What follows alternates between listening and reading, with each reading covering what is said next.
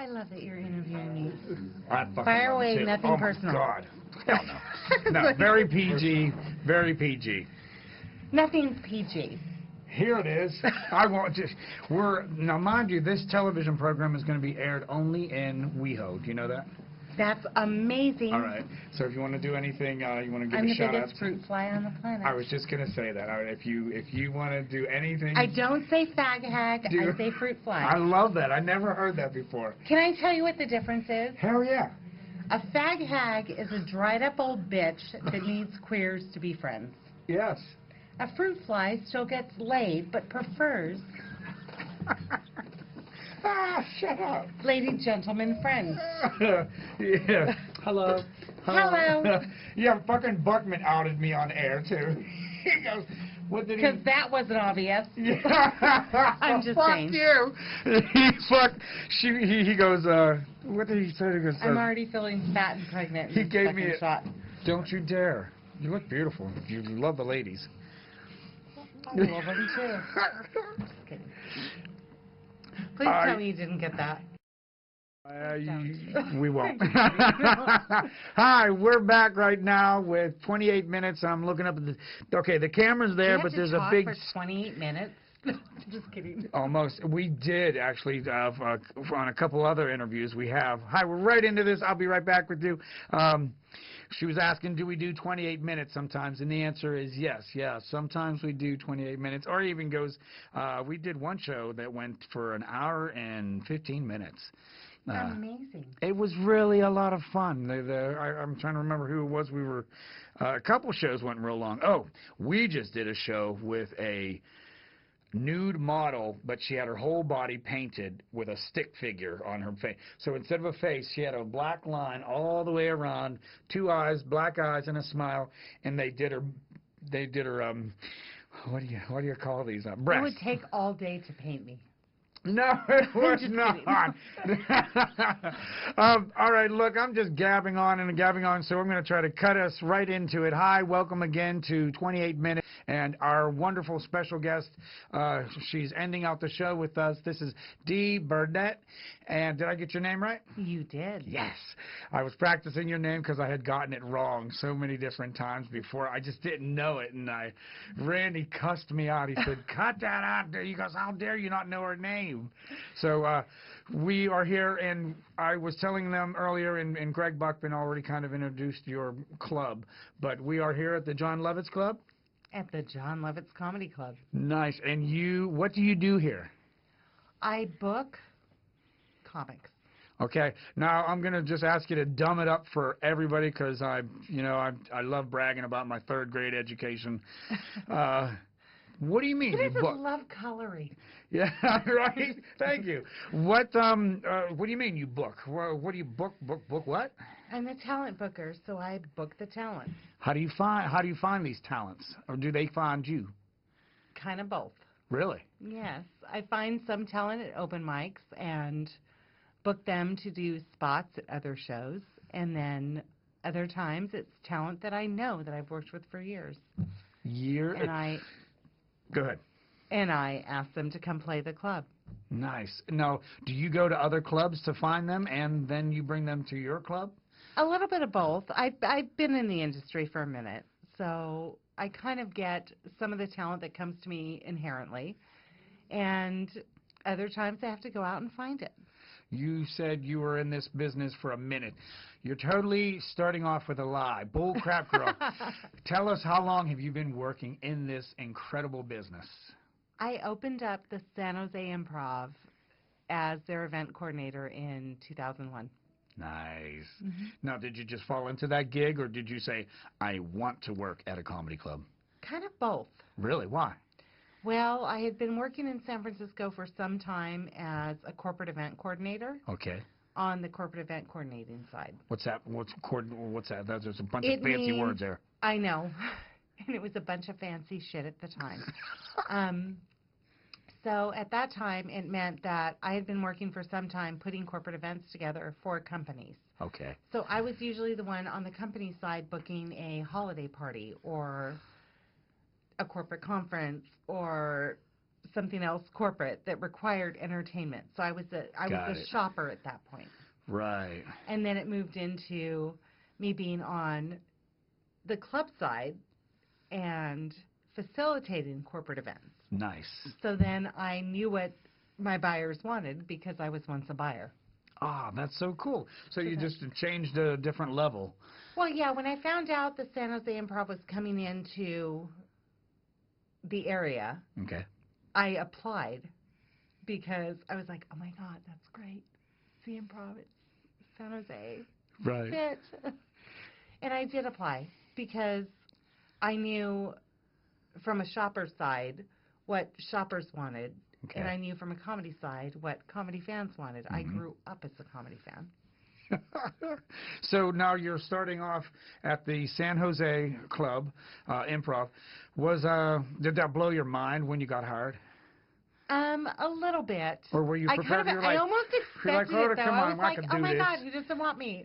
Right. Good Because attitude. yes, good attitude, but youthful indiscretion at the same time. All right. Because at that time I was like in my 20s, and I was like, who doesn't want me? Right. You know? Yeah. And that was that thing. You know, you're good at what you do, and you were like, okay, I If you can do carry this. it, shit, they're going to take you in. Exactly. Nice. And so you kind of have that. And I went in with that, but I went in mostly as a comedy fan. Nice. And I was like, oh, I can totally do this because I love comedy. Good. And I do. I grew up on Richard Pryor, Steve Martin, George Carlin, Red Fox, Nice. Milton Berle. Mm, My grandfather and my father were huge comedy advocates. really? Like from day one. I grew up with comedy albums. Nice. Like I still have some yes. of the old LPs Mm-hmm. that my grandfather and my father have housed for years. Mm-hmm. So, I had come from Florida before I came to Hollywood, and I had just started doing a little bit of stand-up comedy, very little. But somebody had said to me, they said, "Look, dude, go buy comedy albums." And so I think one of my first ones was George Carlin, and who's the other one? Lenny Bruce. Thank you. Lenny Bruce, and I was just Oh my God, Lenny Bruce is mesmerizing. Oh my gosh! So, but then when I came here, I literally was talking to another comedian, and I normally don't smoke cigarettes unless I have a couple beer buzzes on me. But this comedian, I forget what his name was, and I know if I said his name, you'd know who he was. But anyways, I don't want to say his name. He stood outside during a break, and he was smoking a cigarette, and I was like, oh yeah, I'll take one with you. So I'm smoking, I'm getting all freaking lightheaded. But he said a sentence, and he said, if you're not out here every night doing this, you're not a comedian. I got so pissed. Yeah, but he's so right. Yes, he was right. I and know. I was like, and he was like, go find your passion. So I found my passion, which is really playwriting, singing. And I love what I'm doing now, interviewing. Love this job. But damn it, I had to bite the bullet, and I wasn't a comedian, or comedy wasn't my passion. You know, that's the whole thing. Is that I'm passionate about comedy. Yes, I know comedy this. is not my passion. Right. I don't ever expect to be a stand-up comic, and I Yeah. have no desire to be. Yeah. But I really love the art form, and I love what they do, and I'm passionate about it. And for them. Oh, absolutely. And I have people all the time ask me, do you do stand-up? Absolutely not.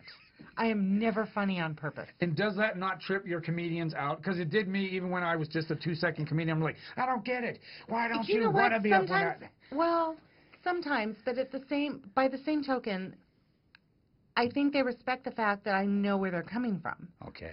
And that I respect the art form, and I have such a reverence for it. I'm an English major and a creative writer first. Like really? Just on a personal note, like that's what I went to school for. And even despite that, I still ultimately respect the art of stand-up comedy. Because they work their ass off to get there. Oh, in such a way. Yeah. And I'm one of those ones that drives them to it. Really? I have a high reverence for what passes through this club. What? Tell me. And I kind of love what Bud Freeman did initially with the improv. Okay. He gave it as an artist forum to showcase for industry. And I love that he picked the best of the best. And I think eventually that translated into what he loved the most, which I imagine is stand-up comedy. Mm-hmm. I imagine that's what spawned Evening at the Improv. Okay. And I love how he used to host it. And I watch those old clips on Hulu still. Really? Like, I do. I watch the old, yes, my private time. I watch the old Evening at the Improv on Hulu. On my playlist. But I do that. And I watch them growing up, but I watch them now still because I think there's something to be said for what he held to the standard of stand-up comedy. Yeah. And I like to think he set the standard for stand-up comedy. Can we go in an opposite direction then? Sure. Tonight we had Greg Buckman doing a open mic. Sure. Not about Greg, but some of I want to put this I in love the open mics. I'm supposed to be that's watching it right now. How do you deal with the crappy open micers? And babes, I hate I'm going to tell you saying something right now. Before I came up here for this interview, Yep. I ran downstairs and chased a kid in a fucking high school jersey because he had something. Something. He didn't get any laughs out of the crowd, but he didn't. He got no laughs. I got you. I feel you. I was the one that laughed at the bar. And I laughed not because what he did was even inherently funny. Okay. It was the premise of his material that got me. And when I chased him down, I said, how long have you been doing this? And I had already guessed 4 to 5 months in my head. He said? He goes, 3 to 6 months. And I love that he gave that window. And he goes, 3 to 6 months. And I was like, I fucking guessed that. And I love that I nailed it because I know what somebody looks like at 3 to 6 months, and I know what they look like at 10 to 15 years. Yes, right. And it's one of those things that I think most people kind of resent aging. I love it because it lets me see the whole picture. Oh, but it's 10 years is so long. By the way, 10 years in comedy is like gold. Yeah, yeah. And people don't realize that in 10 years, if you're good at what you do, you find that voice.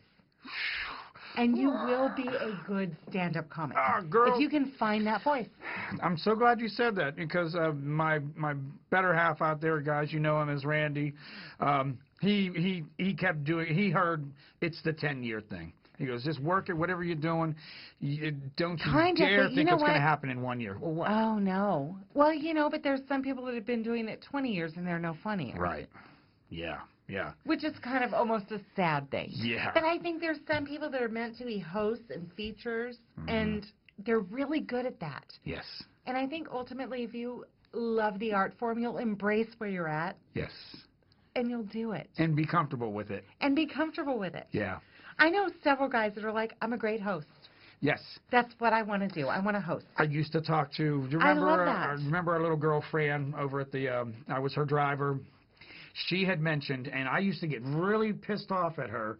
I love her. She said the same stuff that you're saying to me. She said, Darren, she goes, look, there's people who only want to host, and they will not do anything more than host. You try to dare put them in the middle of that scene. I learned more from Fran in her senility and blindness. I can't believe we're talking about it. No. I'm going to, just for a minute. Please. Look, I've learned more from Fran in a few years working at the Improv and working hands-on with her. And I think I feel very fortunate to have known her in the time that I did. Because many people knew her long past what I did. Okay. But in the small time that I knew her, her impact was great. I loved her insight. Yeah. And she never recognized me. I shit you not. That woman never recognized me. I could have told her I was a different person every time. It would not have mattered. I don't. It wouldn't have. But the great thing is that what came out of her mouth anytime I asked her the same question was the same answer. Yeah, she wasn't. I can say it on there. She wasn't batshit crazy. She was just old. Right. But she was old in an industry that had grown on her and that kept her young, I think. Yes. And I love that she still wore heels and she resented not being able to drive. Oh, God, yes. I'll never forget coming down to the Hollywood Improv one time, and I forget what shit I had to fix there. I think I was being called in to fix, like, the posse system or some stupid shit. But I came down, and the dilemma that night was that Fran had lost her driver's license because she hit another car backing out of that parking lot. I shit you not, that was like the dilemma that night. No. When I showed up, they're like, oh, we had to deal with that Franny thing today. And I was like, what Franny thing? And they were like, well, she hit another car. Another car. And I was like, how fucking old is she and still driving? Right. And I kind of said that, but then at the same time, I was like, oh, my God, but she still knows her shit. And she's still booking. Yeah. I was like, believe it or not, and that's one of those things, she couldn't tell you what color her shoes were, but she could tell you who was funny. Right. Yeah. I mean, there's something to be said for that. Yeah. I didn't And realize that never changed. I didn't realize how much of how blind she was. And She called me Rita 99% of the time. Because you looked like Rita, you know. And I love that, I mean, if too. you have a fuzzy glasses on, which her eyes were fuzzy, yeah, I you love look. that her eyes were fuzzy. I love that she thought I was 5'2" and 120 pounds lighter. You didn't. I like that, too. You know what I mean? Yes. Well, that little moment there was for you, Fran, upstairs now, hanging out with your family. We love and miss you, Fran. Can we go a little personal? Sure. I always talk about family with each one of our guests. And how your family, you want to tell us about your family? And when we say family, what comes on your mind? My most immediate family is my daughter. Who does be? That would be Miss Desiree. Who is in college now or she's taking a sabbatical, right? No. Desiree has actually been working as Rich Super's personal assistant at Super Artist since she was 19, which is 2.5 years now. Was she going to go to college? She went to college. She did. She actually started college courses, and this was a weird dynamic of everything. Desiree, my daughter, by the way. Yes. You know her well. Yes. Started working at the Hollywood Improv. Yes. As the ticket booth attendant. I think I was there when she started. At a mere 14.5 years of age. No, I wasn't there when she first started. I was. I just remember her coming in. Okay. But she was 14.5 years old when she started. So that was how long ago? She's 18 now? How old is she now? That was a while ago. God, yeah. How old is she now? 21. No, I wasn't there. She just turned 21. Really? Yeah, in October. What'd she do for her 21st birthday? We went to the Hollywood Improv, and she made Eddie serve her first drink. I think we talked about this. We did. And? And it was so funny because she posted everywhere. She goes, just post everywhere that I want my first legal drink with Eddie. Oh. Because clearly, she was experienced. We're talking about Eddie, the probably one of the most famous comedian bartenders in Hollywood. Eddie has more IMDb credits than most comics I come in contact with. I don't know how that happened. Really? I love that about him. Very talented man, and I loved his devotion to the improv. Yeah. Yeah, he's been working there for how long? I want to say 30 years, but I don't want to give his age away in case he has a Hollywood age. Right. Yeah. All right. He's still 49. Hey, Eddie. And how's the girls? That was pretty. Let's talk about John Lovitz Club. How in the heck did you get here? God. Well, that's a journey. Really? No, not really. Honestly, John Lovitz Club started out as my client through Laugh Stub. Holy crap, what? Well, I left the improv, as you know, to go to Laugh Stub, which is a ticketing company that's now Ticket Mob, and they do music and electronic music and all things comedy. Shout out to you, Ticket Mob. And I think they're the most amazing platform ever. Okay. I love what I believe in that software. Yeah. 110%. So you're then with them, and then. So I was with Ticket Mob, and I got called out here on a client call. Actually, After this comedy club? Yeah, John called me, and he was shifting business partners and wanted to understand more about the ticketing system. And so I stepped in, and I was like, I will come show you. Nice. As your client rep. Okay. And when I got here, I realized there was a little bit more needed. To get this place going. Well, probably, because anytime there's a shift in business partners, there's always a little bit more needed. All right. And so one of the things that I specialized in with Last Step was going into a venue and personalizing how they train their staff and how they set up their system. And so when I came in to redo that here... Did you have to clean house? I wouldn't say clean house. House was already cleaned. Nice. So at this point, it was like starting on a clean slate. But at that point, I realized they were starting at a clean slate and building up. Cool. So I was excited to transition from being at Last Step full-time to consulting at Last Step and being here full-time. How did that transition go? Well, it's gone. Right. Like, it's gone well. I transitioned in the extent that anything that I'm still obligated to with Last Step in terms of client relations or helping out or doing client trainings, I'm still available for. But my primary focus is here. Yeah. And I stepped in full-time at the club as booker and director of operations and production. So I helped them rebuild a team and worked with a new business partner to redevelop the vodcast studio and the room and the stage. Do you want to plug that? I would love to plug it. Please. Because John does amazing things with the John Lovitz Comedy Network that was just launched. Okay, congratulations. Congratulations to John for launching it. It's amazing. But I love that he's looking to develop new talent, which is ultimately what I'm interested in. Like, just even with all of my experience, what I love is that I know comedy, and I love how to spot up-and-coming talent, and I love that he's interested in promoting and developing it. The John Lovitz Club, you told me about it, but I just learned a little bit more on the computer. They're branching off into music? We do music. Get out of here. What, a comedy club doing music? Well, that sounds kind of new. Oddly enough, this venue was originally B.B. King's. Oh, really? Which is built for blues. All right. I love that. I love the I blues come from too. a musical background myself. How? Where? Well, my dad was a studio musician in San Francisco, so I was raised in music clubs. He was a house musician at JJ's Blues Cafe and the Blue Room and a million other things. Was he musically inclined? I mean, at a very young age, yes. Really? A savant of sorts. A prodigy kid? Quite possibly. Is that what you call them when they can play? I think so. Okay, so music now at the club here that you must love it. It plays a big. We love it. Oh God! But seriously, like honestly, it plays a big role.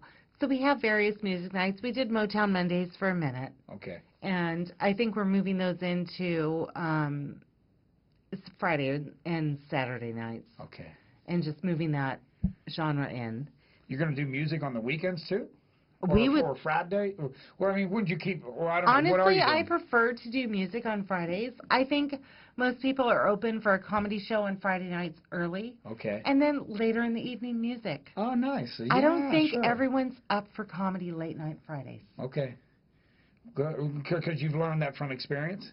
Absolutely. I mean, and just even personal experience. If I'm going to go to a show on Friday nights, I want to go to comedy early. Yeah, and then let's go dancing or listen to some music. Sure, absolutely, yeah. Absolutely. So that's, I think, what we're shooting for, and we've been successful in booking Good Friday music acts. Nice. And Saturdays I heard we keep solid. Your band was incredible. Amazing, right? What's their name? It's Diana Salvatore and the Dimensions. Diana and the Dimensions. They're taking a bit of a sabbatical while she's on tour, and we'll start back up in January. I watched her on the internet. She's incredible. She's slick. Absolutely. I loved her original stuff. When we were here that night, I loved her originals more than her covers. Her originals were really real popping. Just great. And I do, and she's incredible. Nice. And of course, Darren Pfeiffer. I didn't say that. a word to him that night. I don't know why I didn't. I just didn't. He was really into his. When he was done playing, he went up to the bar, and he was really. There was a crowd around him. So the last person he needed was me tugging at his socks. But yeah, I was watching him from a distance. Next time I come back for when the band plays, I will make a point to go up to him and say hi to him. But that He's incredible. But we're hoping to bring that back for weekends. Come the first of the year. Did I hear you got Mike Greco? Do you know a gentleman, Mike Greco? He works at the Pig and Whistle. He had made an announcement that he's trying to hold hands with you guys, or he is? He's booking a few nights here, and we'll see that in the first of the year also. Okay. So, essentially, through the end of the year, we have the shows that are on the books now. Your steady stuff. We have our steady stuff. And come 2014, we're hitting it off big. Nice. With Mike Greco on board, we're replacing Diana Salvatore in the Dimensions to an appropriate night that will generate some steam for them. Nice. And we're doing our John Lovitz Comedy Network tapings, which you saw tonight. Which was incredible. She had a really good crowd. For a Monday night, you had a really good crowd out there. Well, it's a Tuesday night. I said fine. Yes, it was. It's a even more difficult a Tuesday night. So. Kind of, but at the same time, we're bringing out really good comics. We bring out 14 amazing comics for 7-minute sets, and we tape them, and we give everybody out their snippets. Amazing. What do you mean you give them snippets? What's that? Well, we cut, out of a 7-minute set, we'll cut 15 to 60-second bits of a comic set. All right, and then you'll put that And where? we release it. We release it on our website, our YouTube channel. Oh, that's so cool. So you give them airtime. Give them a little bit of airtime, get our house comics some exposure. That's so cool. And some of them are nationally touring headliners that just don't have a lot of steam in terms of huge audiences. They're not help? Daniel Tosh. They're not Dane Cook. But they're right there. Okay.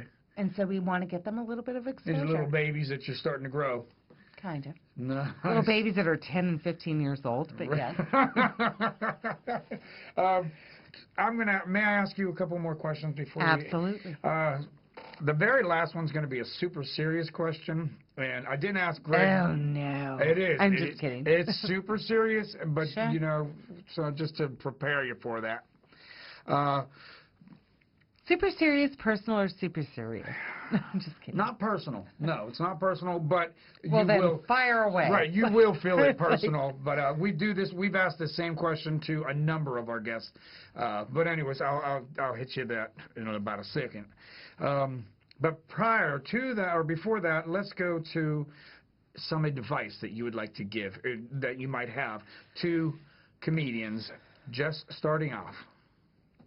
Just starting off, get as much stage time as you can, and don't worry about making it to this stage right away or any A-room right away. Just go out and find your voice. I think people underrate the barroom shows. But the best comics that I've found have done bar rooms and shit rooms across the country. And I've seen them all. And the best ones are able to do that. Anything and everything. Mm-hmm. They're able to play anywhere and kind of not be dissuaded because their material stands. Yes. So a really good comic doesn't have to come out to L.A. and make it. They just have to be everywhere else and be really fucking funny. When it comes time to practice, are there any tips that you've heard that comedians have used to help them practice? And I'm kind of leading you into this answer. No, and I know that. And honestly, I think for all the conversations I've had with comics and all of the things that I've seen, everyone has their own method. Okay. And some people go up and they just do it, and some people write, and some people need quiet time, and it's like any other artist. Yeah. You do what you do until you do you. Till you figure it out. Yeah. Oh, nice. And I don't think that there's any set method. I don't think there's any set formula other than to get as much stage time as you can and go out and do as many shows as you can in front of as many different audiences as you can. Well, last silly kind of question, but not really even silly, just what's your opinion on classes and buying books and getting teachers and coaches? I don't think people can be taught to be funny. Thank you. And I hate to say this because I know several comedy clubs, including ours, will eventually sponsor comedy classes. Okay. My personal, and I hate to say it, Say it. to my own detriment, I will say it. But to my own detriment, I will say that I think people are either inherently funny and have that gift to write comedy and do stand-up comedy, or you're not. Yep. And I'm a stickler for that. Yeah. When somebody submits something to me and they're like, I graduated a comedy class. Right. It's almost personally as a booker, it's a turnoff. Yeah, it's like, wow. I don't want never you to coming know. back again. Well, not necessarily, because there's several funny people that have graduated comedy classes. Okay. And sometimes it's necessary. But you know who also graduates comedy classes? Speech writers. And public speakers. Yeah. Some of them take comedy classes just to get a feel for a personality on stage. Yes. And I think that for a comic with mediocre material, you need that. Mm-hmm. And you might make it. You might even make me laugh. But at the end of the day, somebody that's holding true to that art form and an actual stand-up comic that works at it doesn't need a class. Yep. You need to get the fuck out to open mics. Thank you. And work your shit out. Every day. Every fucking day. Yeah. And you need to go to a bunch of different places. Don't confine yourself to L.A. Right. I think this is the worst place to start out as a stand-up comic. What do you mean? Here? Lovitz or? In L.A. in general. In Southern California, almost maybe. I got you. I think you should go work everywhere else. The best comics I've ever seen have worked everywhere else. Nice. Like everywhere else. I went out when I started. I saw 3 comics on open mic tonight, and they have worked everywhere else. And I was like, they're comics. And they nailed it. I was like, past it. I will book them. They've nailed it. They nailed it in front of 2 people, not laughing. Yeah. You know what I mean? And that's a hard thing to do. Yeah, yeah. That's a hard thing to just have your material stand up against. I drove 2 hours out of town when I was in Florida. I wouldn't do it in my own city. See? I drove 2 hours together, because I knew nobody, and I was like, I felt comfortable enough. I've never wanted to be a stand-up, but I have such reverence for the art form. I do too. Yeah. I'm so glad that kid told me, if you ain't out here doing it every night, you ain't got the passion for it. But it made me find my passion. So yeah, I had to. Exactly, and I think that everybody finds that road. But I hope that the comics that really work hard at it, and that are really passionate about being comics, and I almost hate the fact that some people use stand-up comedy as a step stool to other art forms. I think it's almost inappropriate. It's like shitting on something. That's a neat way of looking at it. I do, because I look at it like, as a musician, because you're a musician, right? Yep. And a singer? Yeah. So what if somebody was like, I want to be an actor, but I'm going to sing and do music to get there? Do you know what I mean? Yeah. How hard would you hate that? I had to remove myself from the comedy world immediately. You really? But you see what I mean? Yes, hell yes. It's an insult. It is. You're taking up somebody's time who's really passionate about it. Who really wants to be a stand-up comic. Yeah. Yeah. I was just talking to one of the comics outside, and I was like, oh, my God. In my time, I've had to go to clubs where I see these comics, and I'm, like, talking about Middle America. Okay. Like where there's comics that are never going to leave Middle America. Sure. No, absolutely not. They're working comics that pay their mortgage and raise their families on doing live comedy in their little circuit. Okay. They're not looking for HBO specials. Yeah. They're not looking for outside of what they're doing. And they're content? And they're content. Yeah. And they're stand-up comics, and they're headliners in their right, in their area. Mm-hmm. And I was like, oh, my God. And some of the times that I've gone to those places, I was like, fuck, you could headline anywhere. Right, come with me. Oh, my God, you're a headliner. Hang on, Hollywood. And he was like, guess what? I've got a wife Yep. and kids and a mortgage, and I make my living here, and I'm he's good. happy there. Yeah. Oh, that's so sweet. And I love that. And I was like, you're stand-up comics. I imagine people out there must realize you have one of the greatest jobs. You get to smile. You're my coming to a God, place I get to sell laughter for a living. Right? I swear, you know, the funniest thing is when I first started in stand-up comedy at the San Jose Improv, Darren McAfee hired me. And he is brilliant. He's the founder of e-comic branding. He's worked with the Improvs for years. Okay. And I love everything he taught me. But I'm going to tell you something really hysterical. Everybody was kind of standoffish because I left a huge paying job in high tech to go work for stand-up club. Like, were you fucking crazy? No, I just left stand-up. Yeah. And I didn't come into it for the money. I came into it because I'm really super passionate about comedy. And he goes, oh my God, he goes, your energy with this is ridiculous. And I was like, yeah. I was like, oh my God, I don't care that I'm making a quarter of what I used to make in high tech. I get to sell laughter for a living. Fuck yeah. Who can't wake up and say, I'm selling laughs? Right. Holy shit. And then you are. And you get to. And I look at that. As a booker, I'm looking at booking comics and selling laughter for a living. I was like, oh, that is the best job ever. Yeah. I'd rather it's that like, than who's having giving out crack? Right. Yay, Compton. Who's giving out crack? Right. I'm just kidding. But I'm serious. It's like, who's selling the best thing ever? Yeah. Comedy clubs. Yeah. We sell laughter for a living. Are you shitting me? Do you want to say hi to anybody out there, to your mom and dad, or your daughter, your anybody special? My daughter would not like to see me at this interview. She's like, oh my God, what? Your hair is horrible. No, oh God, it looks sexy, girl. And that's coming from a gay guy. So that's awesome. Honey, you're rocking it.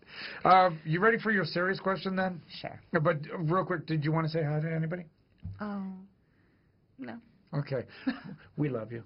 All right. This is a funny, at no level question. It's not funny. We can figure out how to make it funny if you want, but I'll always figure out how to make it funny. You know what? I can see that coming from you. No. The question is, it's kind of a two-part, and you figure out how you want to answer it the best. Will society have a no-money system? If so, how and when? I would love a no-money system. Thank you. My last guest didn't. Well, you know what? I think eventually it's going to be a no-money system. Yes, I'm hearing the answers I wanted to hear. I think eventually that will just happen. Duh. Because it's already at a $0 value. What do you want? Our money. Our money has no value. That's what my husband says. He goes, this dollar, this ain't nothing. It's a piece of paper, really. He goes, we're putting his value into because I wrote down 1 on it. And now, you're better than me because you got a piece of... And the nation pays 20 for it. I'm just saying, like, how? I think I would love it if we'd go back to barter. Screw barter. Can we do it without bartering? I don't think anything can be done without bartering. Why? Come on. Because I think that's in our nature. To barter. Mm-hmm. I think when we don't have wars, we barter and trade for shiny shit. So I'm just saying, no, I'm serious. If you trace it back to, let's say that let's eliminate the whole evolution and creation shit off the table. Let's just say we're just primitive motherfuckers. Done. We're gonna barter for shiny shit. Because it shines, man. We want it. I don't know. Can we get away from that shiny crap? I would love to. I would and I'd be able to be fat and comfortable. I'm just kidding. I'm with you. No, I know, right? But I don't think that'll ever happen to where we don't want to attach a value to something, whether it's shiny or not. I think we're always going to want to attach a value to something. Sure. Yeah. Flat black cars are looking real hot nowadays, and that's not shiny. Flat black is amazing with hot pink. Ooh, Nice. I like can the see matte it in black. my head. Yeah, that would be nice. I would like some hot pink with it too. Do we have a? I'm sorry. Please continue.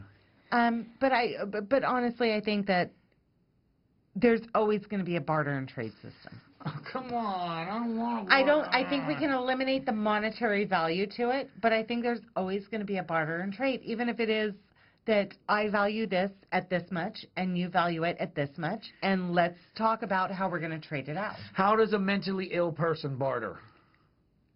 With hopes and dreams. Oh, God love you. I'm just saying, like, that's like a horrible question, just because. I know. Oh, I've dealt with mentally ill too. Sure. I mean, right. And I'm talking about my the grandmother was agoraphobic and OCD. Oh, God. I still have to clean through that shit, and she passed 5 years ago. Oh. I'm just saying, like, that's like just a thing that happens, and even with that, there's not a value you can place on things for them. Okay. They're going to want to deal in pennies and boxes. Well, that's my thing, love.